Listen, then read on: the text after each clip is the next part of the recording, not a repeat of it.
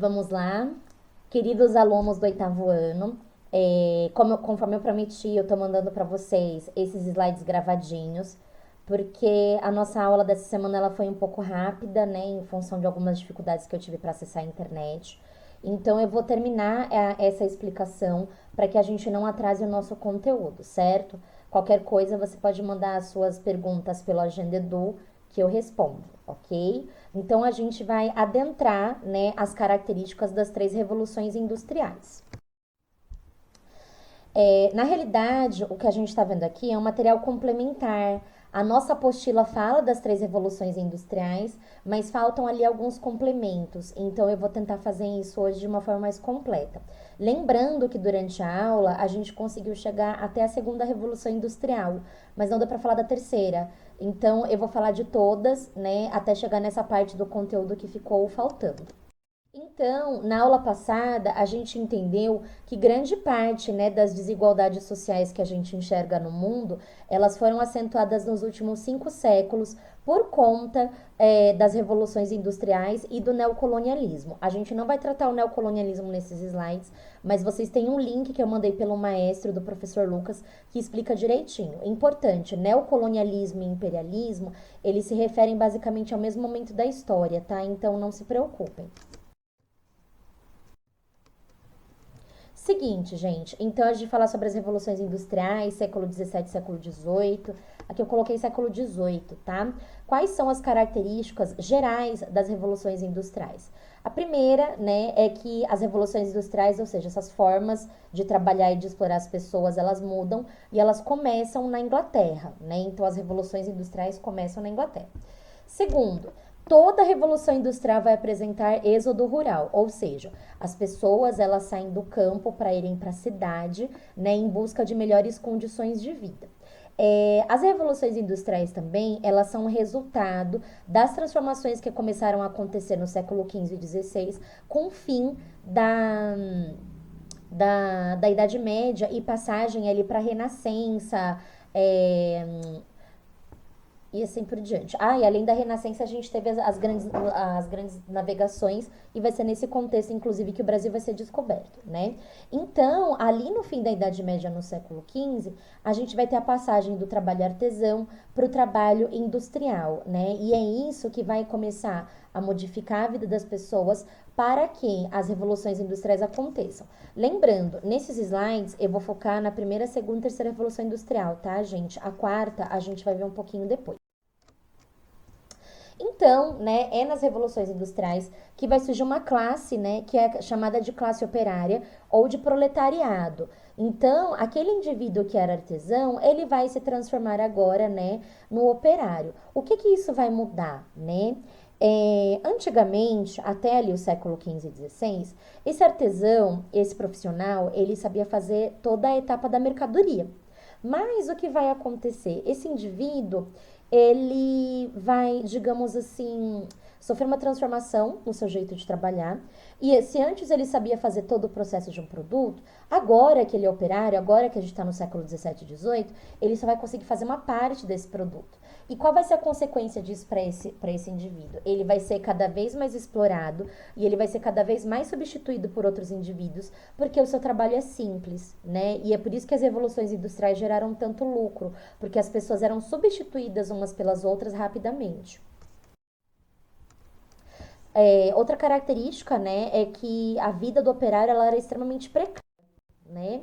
Então aqui a gente tem uma imagem, né, de uma transformação urbana muito comum que aconteceu nas revoluções industriais, que é o desenvolvimento dos subúrbios. Os subúrbios eles já existiam, mas eles vão começar a se acentuar e a se desenvolver em grande quantidade de velocidade, porque eram eles que vão receber os operários. Então vai começar a surgir o que a gente chama de cortiço aqui também, né? Para quem não lembra, na aula eu dei o exemplo da Fantástica Fábrica de Chocolate. O menino, né, que vai ali para a fantástica fábrica de chocolate, ele mora num subúrbio com os pais e com os avós, que eram moradias extremamente precárias, né, e cheias de gente. Então agora a gente vai entrar na primeira fase da Revolução Industrial, que é de 1750 até 1850. Então a gente tem aí um período de 100 anos e a gente tem a introdução da máquina simples no modo de vida dos trabalhadores. Então aqui tem um esqueminha de como funciona uma máquina a vapor e aqui a gente tem, né, uma das máquinas que mais revolucionou essa primeira fase, que é o tear mecânico. Então aqui a operária bastava que ela passasse os fios, né, e mexesse nas engrenagens da máquina, que ela faria os tecidos, que inclusive vai ser um dos principais produtos da Inglaterra nesse período aí de 1750 a 1850. A Inglaterra vai ser um dos principais exportadores de tecido do mundo por causa desse tipo de exploração. Aqui a gente tem também, né, a locomotiva a vapor, lembrando, conforme eu já falei na aula para vocês, que a locomotiva a vapor, ela, na realidade, ela não vai ser desenvolvida para transportar pessoas nesse contexto, e sim para transportar mercadorias. Então percebam que você tem uma parte aqui, né, para gerar o calor, né, o vapor, inclusive, e uma outra parte você tem para levar a mercadoria. Então, além da classe operária ser extremamente explorada, não existia um sistema de transporte forte o suficiente nesses primeiros 100 anos que os levassem aí ao seu trabalho, né? Então, todo o processo de produção de mercadorias é mecanizado, os meios de transporte, eles ainda estão nascendo, né? E grande parte é para transporte de mercadorias. Além disso, a gente vai ter o desenvolvimento de alguns tipos de indústria que vão começar na Inglaterra e vão se espalhar no mundo, que vão ser as têxteis, produção de tecido, metalúrgicas e siderúrgicas, de transportes, né? Lembrando que é só para transportar mercadorias. No link, nesses slides que eu vou mandar para vocês, tem alguns links, né? E neles tem algumas reportagens, alguns artigos, vocês podem dar uma olhadinha se vocês tiverem um tempinho. Então, qual vai ser o resultado aí da primeira revolução industrial desses primeiros 100 anos? Então, a gente vai ter a substituição do trabalho manual pelo industrial, a gente vai ter o desenvolvimento do comércio internacional, principalmente da Inglaterra. Lembrando que nesse período, né, na passagem de 1700 para 1800, aqui no Brasil, a gente estava com a presença do Dom João, desde 1808, fugindo do Napoleão Bonaparte. Quando Dom João muda a capital do Império de Portugal para o Brasil, ele começa a perceber que o Brasil não tinha forças produtivas o suficiente para sustentar a sua própria corte, né, a de Dom João. Então, o que ele vai fazer? Ele vai ser um dos grandes clientes da Inglaterra nesse período de primeira fase industrial aí, né, que termina ali na primeira metade ali de 1800. Então, o que vai acontecer? A Inglaterra, ela vai ser a principal fornecedora de mercadorias, principalmente mercadorias diferenciadas, para grandes países do mundo, né? Entre eles aí a gente vê uma fase do Brasil. Então, pelo fato de ter várias mercadorias, a gente vai ter um alto mercado consumidor. Aqui a gente tem uma matéria também, né, sobre essa fase, se você quiser dar uma olhadinha. Nesse contexto das explorações de trabalho e da forma como as pessoas mudam, a gente já tinha uma classe, né, que tinha nascido na Renascença, desculpa a redundância, que era a burguesia. Vão ser os burgueses, né, que vão formar aquela camada que são os grandes donos de fábrica, que vão começar a se organizar ainda mais para terem mais recursos e terem mais lucros em relação a isso. Em contrapartida, né, a gente já tem a classe operária, que é uma classe extremamente numerosa, né, 100, 200, 300 vezes maior do que a classe burguesa, que basicamente vai ter sua mão de obra explorada e extremamente barata. Lembrando que, no contexto das revoluções industriais, homens, mulheres e crianças ganhavam diferente, independente do trabalho que elas faziam serem iguais ou não. A gente chama isso de divisão social do trabalho. Nesse contexto, né, um pouquinho de tempo depois, vai surgir um filósofo alemão, que é o Karl Marx, né, que é esse indivíduo aqui. O Marx, ele vai escrever teorias filosóficas que contestavam o capitalismo. Então, Marx, ele vai ser o pai de uma teoria, né, que é uma teoria de esquerda até os dias de hoje, que é a teoria comunista, né? Por isso que o Marx escreve um livro chamado Manifesto Comunista. E aí ele vai falar essa frase que tá aqui embaixo desse meme, porque vocês sabem que eu sou professora dos memes, né, gente? Então ele fala assim: se a classe operária tudo produz, a tudo ela pertence. Então Marx, ele tá falando aqui que quando os operários eles pagam imposto, na realidade eles estão sendo roubados, porque o pouco que eles ganham de salário é o suficiente para que outras pessoas paguem esses impostos. No caso, os donos das fábricas, né? Então, na visão do Marx, o imposto é um roubo. Então, o que vai acontecer? A Inglaterra, principalmente Londres, eles vão ser o centro econômico e histórico do mundo pelo fato deles serem grandes mercadores aí no contexto da primeira Revolução Industrial. Agora a gente vai para a segunda Revolução Industrial, que também vai durar 100 anos, né, de 1850 a 1950. E ela vai e o que acontece, gente? As revoluções industriais, elas se espalham devagar pela Europa. Então começa na Inglaterra e aí os outros países eles vão copiando essa moda. Além disso, o que vai acontecer? Essas pessoas, elas vão ser adeptas, né, da ideia da ciência e da tecnologia. Então, tudo vai ser explicado através da ciência e da tecnologia, desde que a ciência e a tecnologia estejam voltadas para a exploração do trabalho. Então, a ciência e a tecnologia aqui, ela não serve para salvar a vida das pessoas em primeiro momento. Ela serve para fazer com que a economia gire cada vez mais rápido. Então, alguns países vão começar a copiar a Inglaterra, como a França e a Alemanha, né? Aqui você tem uma gravura, né, de um navio. Quantos maiores eram os navios, maiores eram as capacidades aí de transporte de mercadoria, né? E por conta disso, maior o poder das pessoas que estavam vendendo essas mercadorias. Então a gente vai ter um momento aí de muitas descobertas, né? Principalmente no caso da Inglaterra. Então você vai ter a invenção da lâmpada, né? Incandescente. Isso vai fazer com que os trabalhadores possam trabalhar à noite, né? A gente vai ter o desenvolvimento de alguns meios de comunicação, como o telégrafo, o telefone, a televisão e o cinema. Aqui na nossa direita, a gente tem um cartaz dos irmãos Lumière. Para quem não sabe, esses vão ser os indivíduos que vão conseguir captar as imagens em forma de vídeo. Então, eles vão ser os inventores do cinema. Por conta disso, os irmãos Lumière, eles vão ser os precursores aí do início da vida social da classe burguesa. Então, os burgueses, eles vão ter um estilo de vida que vai ser muito valorizado por quem é pobre e muito invejado também. O ato de você ter um tempo para ir ao cinema, o ato de você ter um tempo para ouvir um rádio, né? Então isso vai ser coisa, né, basicamente de burguês nesse período aí do século XIX. Além disso, a gente vai ter o desenvolvimento da medicina e da descoberta de algumas vacinas, né? E isso vai fazer com que se fortaleça, né, a classe operária para que ela possa, né, durante mais tempo ser explorada. Então, assim, em primeiro momento, a ciência ela é utilizada para a exploração, né? E para fazer com que as pessoas sejam mais exploradas.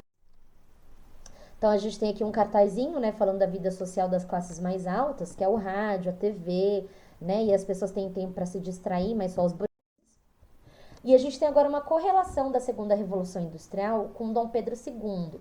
Para quem não sabe, o Dom Pedro II era filho do Dom Pedro I, né, que era filho do Dom João. E o Dom Pedro II, ele rege o nosso país aí no finzinho desse período monárquico industrial não, imperial. E o que vai acontecer? O Dom Pedro II, ele vai para uma feira de ciências lá nos Estados Unidos, né, lá fora. E aí, o que vai acontecer? A gente tinha um inventor que era o Graham Bell, mas ninguém dava muita bola para ele. E tinha uma feira acontecendo que o Dom Pedro II foi. E o Graham Bell, ele não conseguia explicar como que o som viajava ao longo do tempo e conseguia chegar no ouvido de outras pessoas, mesmo se proferido da nossa boca.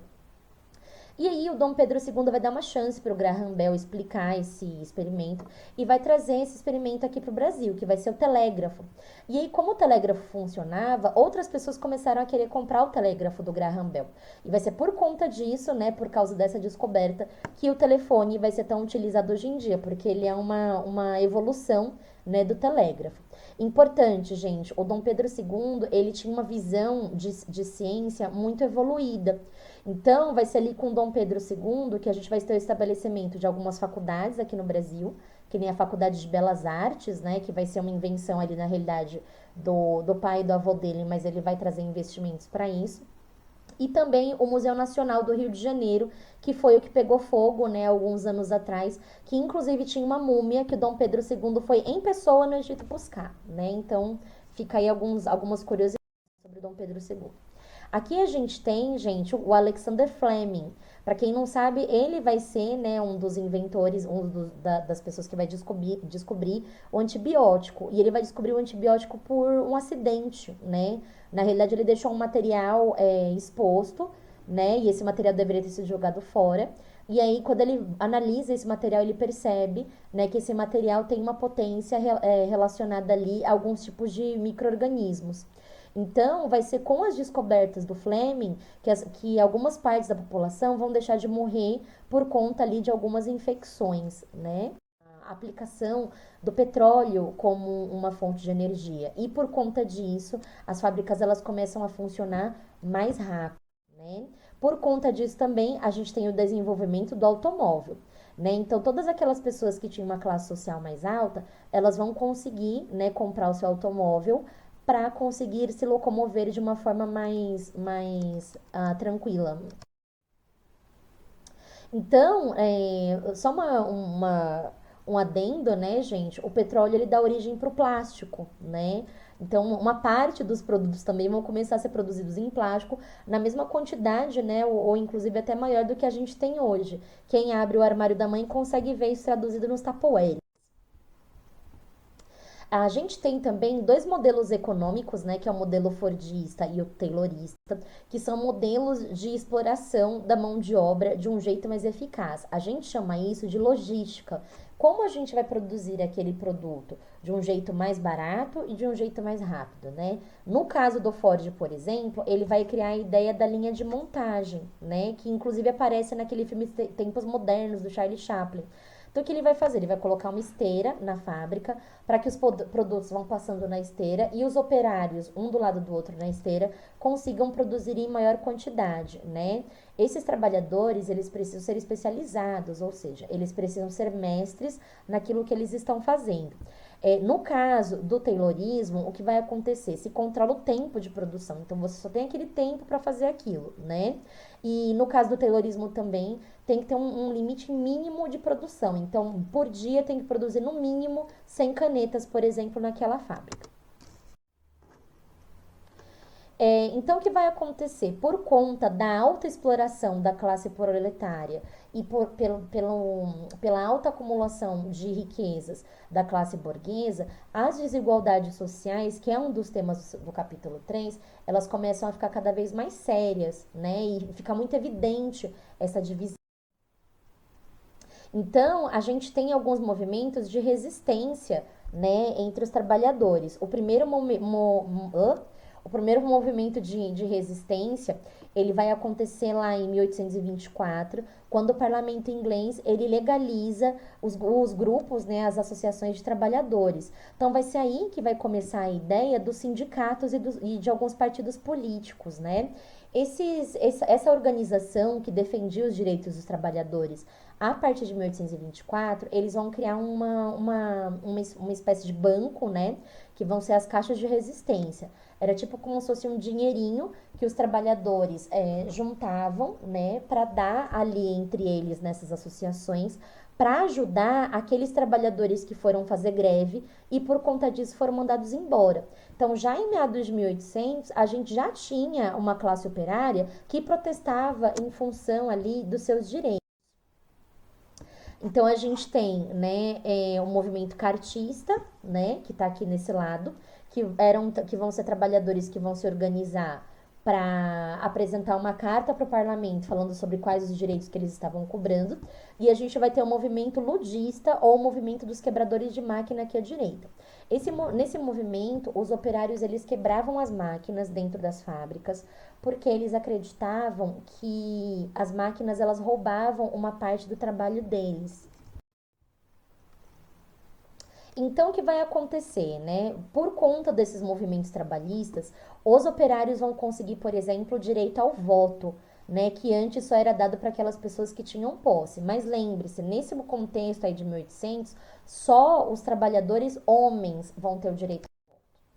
A terceira revolução industrial, ela é mais atual para vocês, né? É na revolução industrial que a gente vai ter o desenvolvimento de máquinas inteligentes, né? Como computadores, como redes, como a internet, como dispositivos móveis, que são a evolução dos dispositivos que foram criados na segunda revolução industrial, que, por exemplo, pode ser o telefone relacionado ao telégrafo. Então, o que vai acontecer? A gente vai ter um período aí, né, que vai ser muito complicado, que vai ser da Segunda Guerra Mundial, que vai começar em 1935. Então, o que acontece? Na Segunda Guerra Mundial, a Europa se divide, né? Então, a gente vai ter a liderança do Adolf Hitler e todo o resto do mundo contra ele, né? Então, o que vai acontecer? A gente vai ter uma espécie de corrida, né, que vai ser voltada para a descoberta de novas fontes de energia. Então, o que vai acontecer? A gente vai ter o lançamento, por exemplo, das bombas de Hiroshima e Nagasaki em 1945, que vão ser lançadas pelos Estados Unidos para mostrar para o mundo o tamanho, né, do poder que os Estados Unidos tinham. Então, na terceira Revolução Industrial, a gente tem um desenvolvimento da tecnologia que vai muito mais à frente. E a tecnologia que ela é desenvolvida para dominar as pessoas. Então, em 1969, né, um pouquinho mais lá na frente, a gente vai ter um astronauta, né, que vai conseguir ver a Terra do lado de fora e vai conseguir ali perceber o formato da Terra, né? Então, o que vai acontecer? A gente vai ter esse período agora pós Segunda Guerra Mundial, que termina em 45. A partir de 45 a gente vai ter a Guerra Fria, que vai ser um momento entre os Estados Unidos defendendo o capitalismo e a União Soviética defendendo aí o socialismo. Então, essas duas potências, elas vão começar a brigar para dominar o mundo e também para dominar fora do mundo. E é por isso que a gente vai ter, né, a visita ali de alguns astronautas fora do nosso planeta. E é esse filósofo aqui, ó. O Aristóteles, ele já tinha percebido que a Terra tinha forma arredondada, né? E vai ser por causa dos estudos dele que a gente vai ter algumas comprovações na atualidade, né? Então aqui a gente tem o exemplo da Aristóteles falando sobre a Terra ser redonda, né? Então, na realidade, o que Aristóteles vai fazer? Ele vai observar um eclipse lunar. E ele vai perceber nesse eclipse que a luz do Sol bate na Terra e a sombra da Terra era refletida em forma esférica na Lua. Então, o que ele vai perceber, né? Isso é um conceito básico de física. A partir do momento que você lança a luz sobre o objeto, a sombra do objeto vai ser parecida com a forma que esse objeto tem, né? Então vai ser ali que o Aristóteles já por volta ali, né, de 300 a.C., vai estabelecer a forma da Terra, né, para que um terraplanista youtuber venha sem prova nenhuma, né, moldar a cabeça de várias pessoas mais ignorantes do que ele na internet. Outro conceito sobre Aristóteles, né? Isso é uma zoeira, tá, gente? O amor é uma grave doença mental. Será? Não sei. Vamos falar sobre isso. Mas só voltando aqui no caso da Revolução Industrial, por conta ali da metalurgia, né? Por conta desse tipo de fábrica, vai se utilizar o aço para fazer as aeronaves da terceira fase da Revolução Industrial. Além disso, uma das coisas que foi definida na segunda Revolução Industrial e que não é defendida na terceira é a ideia do trabalho infantil. Esse tipo de trabalho, ele já é proibido na segunda Revolução Industrial. Mas até a atualidade, né, esse tipo de trabalho, ele é bem aceito no nosso planeta. Então, assim, apesar, né, de todos esses avanços da sociedade, a gente ainda se mostra atrasado economicamente em relação a vários aspectos, né? Então é isso, gente. Esse é um breve resumo, né, da nossa aula passada. Espero que vocês tenham entendido com mais clareza, certo? É isso, até semana que vem.